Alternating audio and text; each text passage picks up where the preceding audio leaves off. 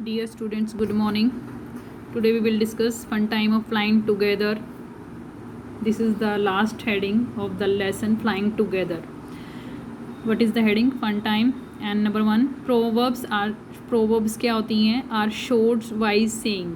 छोटी होती हैं लेकिन जो मतलब बुद्धिमानी से कही गई बातें हैं, ठीक है, किसी ने कही हुई बातें होती हैं, ठीक है, proverbs. For example, look before you leap, कि क्या कह रहा है कि कुछ काम करने से पहले सोचो पहले. इसका मतलब ये है, this means that we should think carefully before we take any action. कि इसका मतलब ये है कि हमें सावधानी से सोचना चाहिए कोई भी काम करने से पहले. Here are some popular English proverbs, read them aloud together and discuss what each could mean.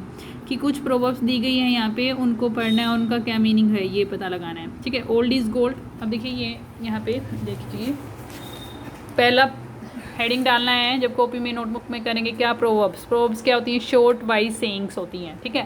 पहला प्रोवर्ब क्या है? Old is gold. Old is gold का मतलब है whatever is old is important as gold. कि जो पुरानी चीज़ें होती हैं कई बार वो गोल्ड की जितनी इम्पोर्टेंट होती हैं, ठीक है. As you sow shall you reap.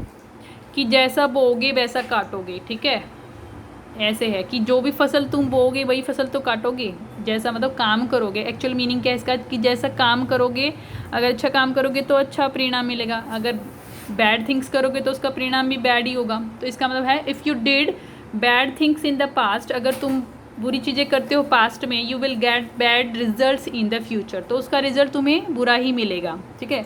Unity is strength का मतलब तो शायद सबको पता ही होगा कि एकता में बल, ठीक है. Oneness is the great source of strength. कि जो वननेस है ना, वननेस का मतलब टुगेदरनेस, कि अगर हम इकट्ठे रहेंगे तो जो स्ट्रेंथ है हमारी वो बढ़ जाएगी. तो यही है, oneness is the great source of strength. कि जो वननेस है वो एक बहुत बड़ा सोर्स है स्ट्रेंथ का, ठीक है. उसके बाद है united we stand, divided we fall. अगर ये इसका मतलब है कि अगर देखो, यूनाइटेड जब हम इकट्ठे होंगे तो हम खड़े रह सकते हैं. डिवाइडेड मतलब जब हमें कोई डिवाइड कर देगा तो हम गिर जाएंगे. इसका मतलब क्या है कि अगर हम एक साथ रहते हैं तो हमें कोई भी, जैसे आप फ्रेंड्स ही मान लो 3-4 फ्रेंड हैं, अगर आप एक साथ रहते हो तो ठीक है, कोई आपसे लड़ेगा भी नहीं.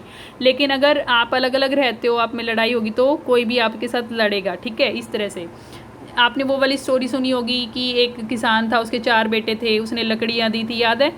वो एक एक तोड़ने के लिए कहता है तो वो टूट जाती हैं, लेकिन अगर वो एक ग्रुप में उनको कर दिया जाए, उन लकड़ियों का ढेर बना दिया जाए तो एक साथ उसको नहीं तोड़ सकते हम, ठीक है.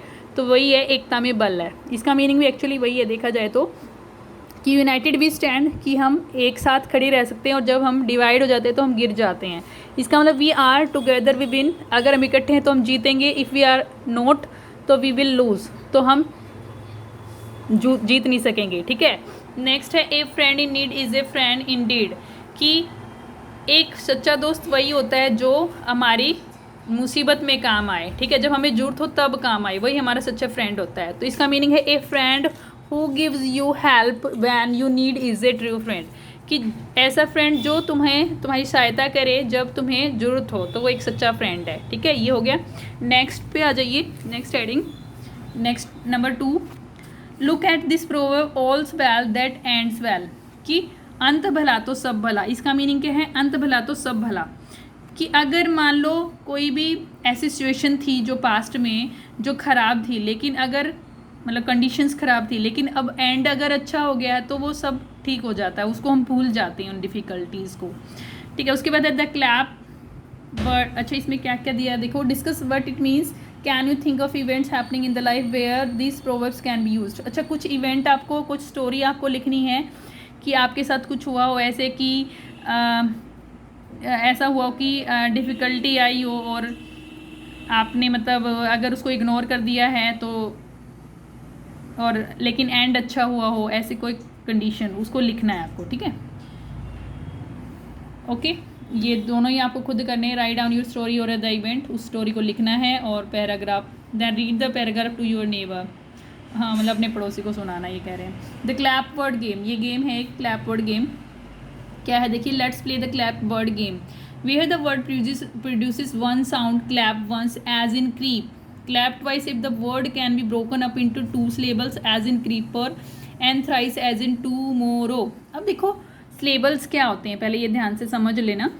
सिलेबल्स एक्चुअली क्या होते हैं कि एक, जैसे ये एक पूरा वर्ड है, ठीक है, इसमें इसको हम तोड़ सकते हैं जितने उसके अंदर वॉवल्स आए हैं उसके हिसाब से, ठीक है। जैसे अब जैसे क्रीपर ही है, क्रीपर को हम कैसे तोड़ेंगे, क्री फिर पर।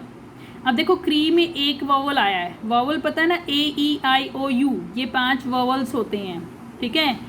जो अल्फ़ाबेट्स होते हैं 26 अल्फ़ाबेट्स होते हैं, उसमें 5 वॉवल्स होते हैं और 21 कॉन्सोनेंट्स होते हैं, ठीक है।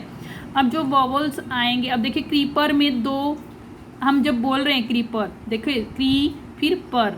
अब क्री में बोला क्री तो उसमें एक वावल आया, फिर पर उसमें दूसरा वावल आया, यानी कि इसमें 2 वावल्स आए हैं, ठीक है। तो इसको हम 2 हिस्सों में तोड़ सकते हैं, क्री प्लस पर। तो इस तरह से इसमें 2 सिलेबल्स हैं। क्रीपर्स में कितने हैं, 2 सिलेबल हैं, तो इसमें कितनी क्लैपिंग होगी, 2 टाइम्स क्लैपिंग होगी। स्ट्रगल्ड में हम स्ट्रगल्ड को भी 2 हिस्सों में तोड़ सकते हैं। देखिए यहाँ पे स्ट्रग, इस जी तक एक हिस्सा, फिर GLED गर्ल्ड, स्ट्रगल्ड 2 में तोड़ दिया, पहले स्ट्रग फिर गर्ल्ड, ठीक है। तो ये 2 सिलेबल्स हैं यहाँ पे भी।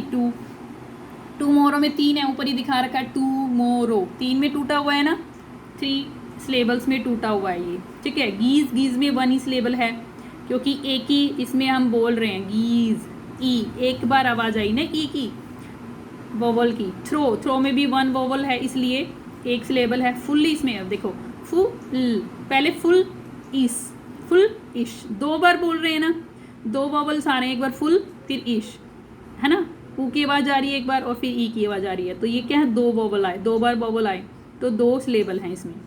पॉसिबल में 3 है, पोस एक बार ओ की, फिर सी 2, बल 3, ठीक है। बल में भी ए की आवाज़ आ रही है, ए की आवाज़ आ रही है।